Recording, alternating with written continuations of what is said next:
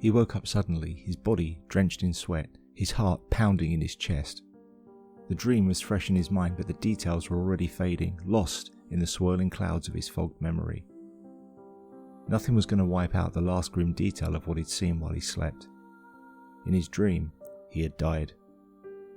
He'd gone out of his house, got into his car for the short drive to work, and as he pulled out onto the road, a truck had hit him, killing him and plunging him into endless darkness. The darkness had shattered painfully, and he'd found himself sitting up in bed, his breathing ragged and his heart beating like a drum. He tried to calm himself down while a warm body stirred next to him. His wife's voice called out softly, "Morning, are you all right?" Somehow the familiar sound of her voice anchored him back to reality, and he smiled at his foolishness. It was just a dream. "I'm fine. I'm getting up for a coffee before I head out." Her reply was just a mumble. He sat in the kitchen, perched on a wooden stool, and sipped at a very mediocre cup of coffee. By now, the dream had faded to almost nothing. He could barely recall the slightest detail.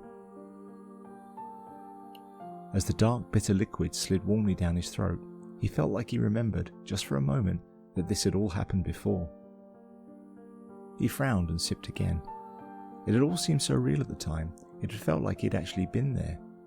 But the memory had faded now, and only fragments remained. It seemed ridiculous to him that a grown man was acting as if he'd been scared by a dream, and he tried to put all thoughts of it out of his mind. This was the real world now, and it was time he acted like it. His wife walked into the kitchen to join him. She was still half lost in the midst of sleep herself, and dragged her feet like the act of moving was an unwelcome effort. "Are you all right?" she asked with a concerned frown, stifling a yawn. He must have seemed more shaken than he realised. He smiled to himself and told her, "I'm absolutely fine, I'm just a little tired." "Are you sure?" she said, running her hand over her long dark hair.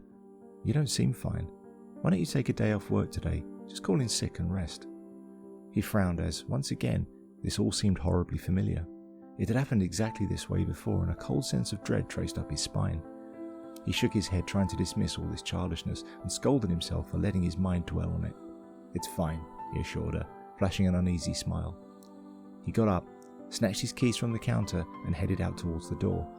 He wasn't going to let all this nonsense get to him, and he certainly wasn't going to drag her into it. He kissed her on the cheek and said, "Goodbye, darling. I'll see you tonight." She watched, frowning as he made his way out to the car. As he swung open the door, she mumbled to herself, "No, don't go." She stood for just a moment and then quickly made her way to the front of the house and peered out the window as he drove backwards out of the drive. She heard a blood-curdling crash, an explosive smash of something huge and metal tearing into his car. She awoke suddenly, with her heart thumping in her chest, her body drenched in sweat. Her eyes snapped open and she peered quietly around in the darkness, assuring herself that it was just a dream. Beside her, she heard the sound of her husband. He was sitting up straight, breathing heavily. It wasn't like him, he was usually so calm. "Morning, are you all right?" she said softly. There was a long pause while he seemed to be thinking about the question carefully. He said, sounding unsure of himself, "I'm fine. I'm getting up for a coffee before I head out." She stayed still while he moved to the side and stepped out of the bed. The dream had felt so real, but it was fading now. Still, she couldn't shake the feeling that something was very wrong. She mumbled to herself, "No, don't go."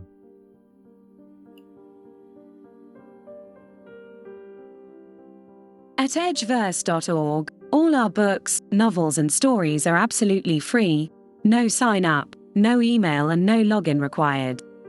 If you would like to help us grow, please consider subscribing, liking and commenting on our videos. Support independent authors and free publishers in building the future of literature.